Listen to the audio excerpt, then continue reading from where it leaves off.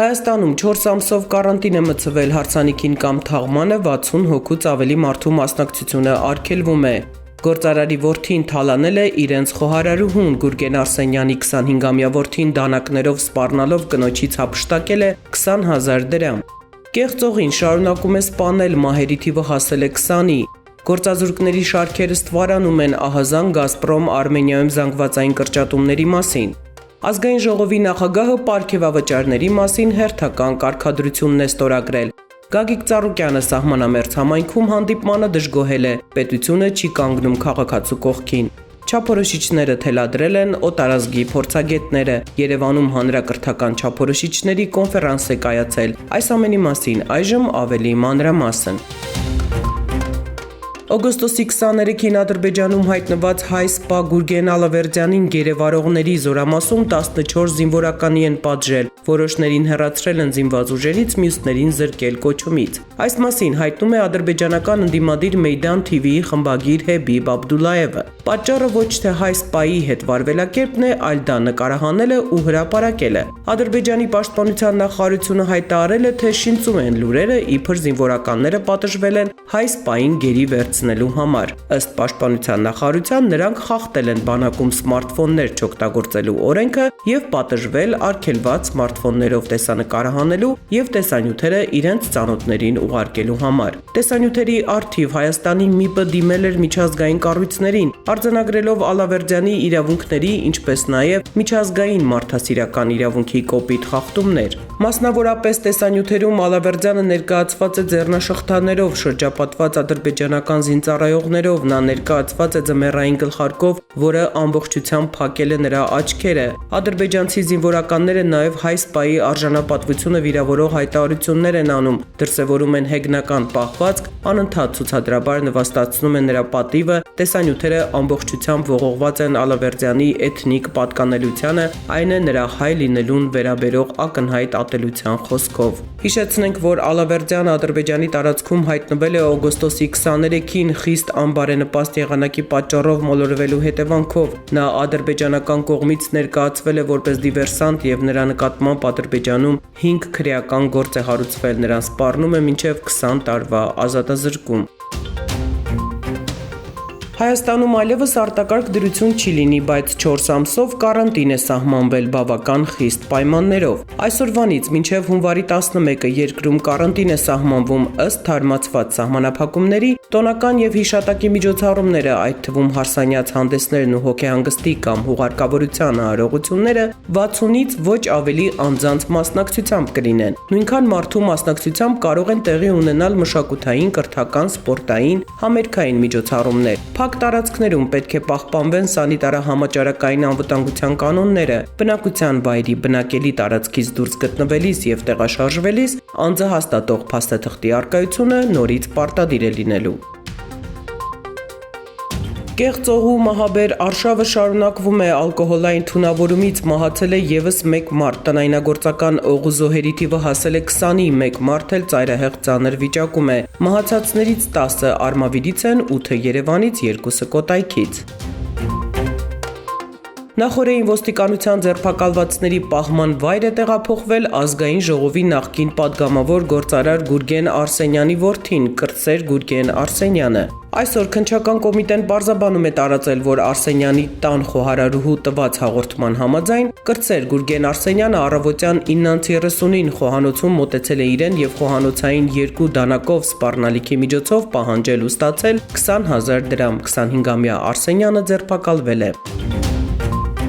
Կառավարության առջև դարձյալ բողոքավոր քաղաքացիների տարբեր խմբեր էին կուտակվել։ Արմավիրի մարզի Եղեգնուտ համայնքի բնակիչները պահանջում էին նախկին գյուղապետին չվերադարձնել նույն պաշտոնին։ Նրանք պատմել են, որ հեղափոխությունից հետո իրենց ճնշման տակ մի քանի տասնամյակ պաշտոնավարած գյուղապետը հրաժարական է տվել, սակայն հետո դատական մի քանի հայցերից հետո վերադարձել։ Այսօր ունի կնիկ, դեղատունն էլ վերածել է գյուղապետարանի ու մտադիր է շարունակել պաշտոնավարելը։ Իչա գտե հանրապետականի մեջ այդ հալաչում է որ ուզում է հետ բերի։ 30 տարի պայքարել է որ ազատվեն այդ հանրապետականները։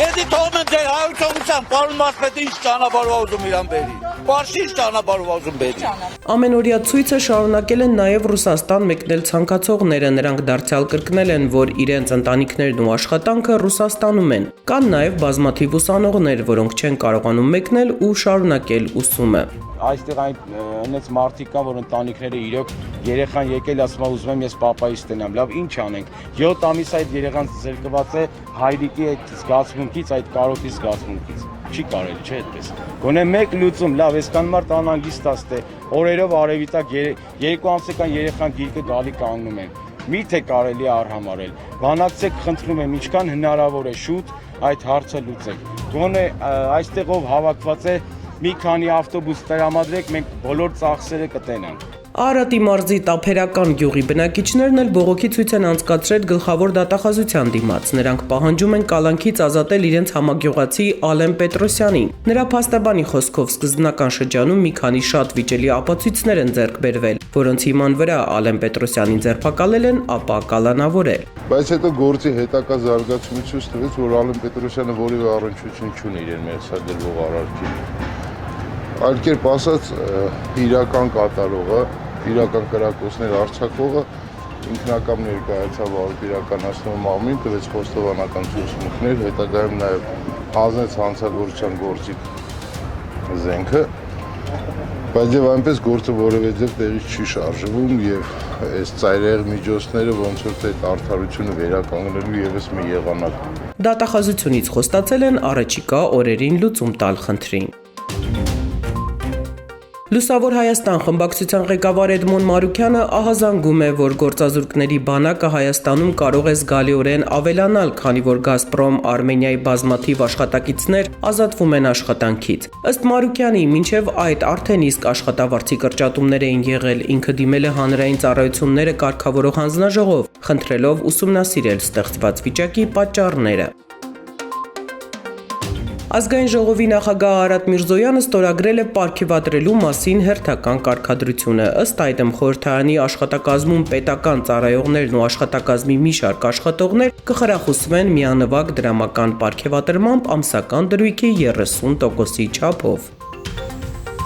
Տավուշի Ոսկեվան համայնքում իր կուսակիցների ու համակիրների հետ հանդիպմանը Բարգավաճ Հայաստան կուսակցության առաջնորդ Գագիկ Ծառուկյանը հայտարարել է, որ դժգոհության ալիքը երկրում օր-օրի բարձրանում է եւ պետք է դրա պատասխանը տալ։ Պետական պարտքը ավելացել է 1 միլիարդ 400 միլիոն դոլարով, ինչ է արվել, ում են օգնել։ Կարող էին ամեն ընտանիքի $2000 տալ, ասել այս վիճակից դուրս արի։ Մեկ է դա դուք եք փակելու, ասել է Ծառուկյանը։ Այսպիսի իշխանություն գոյություն չունի։ Առաջ օրվանից ասել եմ ամփոփ երիտասարդները, որը փորձ ունեն, լիարժեք չեն կարող արդյունավետ աշխատել։ Երբ բյուջեի գումարները ճիշտ նպատակին ծառայեցնել։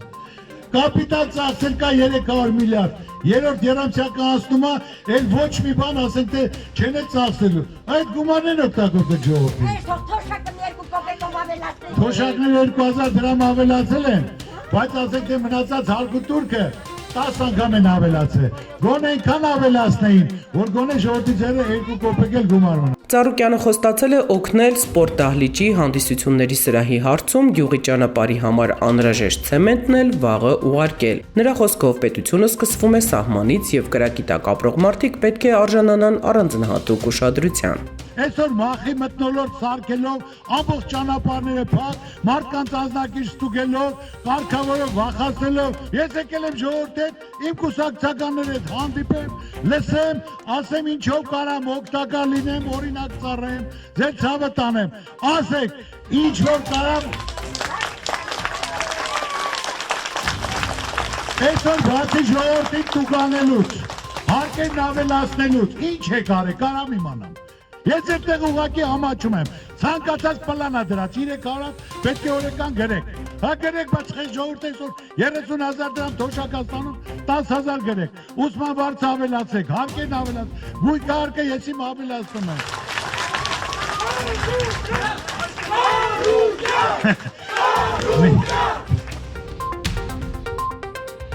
Հայաստանում մահացել է 1189 կորոնավարակակիր, անցած մեկ օրում մահացել է COVID-19 ունեցող 4 մարդ, որոնցից մեկը այլ հիվանդությունից։ Վարակվածների թիվն ավելացել է 179-ով ու հասել 45505-ի։ Արցախում հայտնաբերվել է 5 նոր վարակագիր։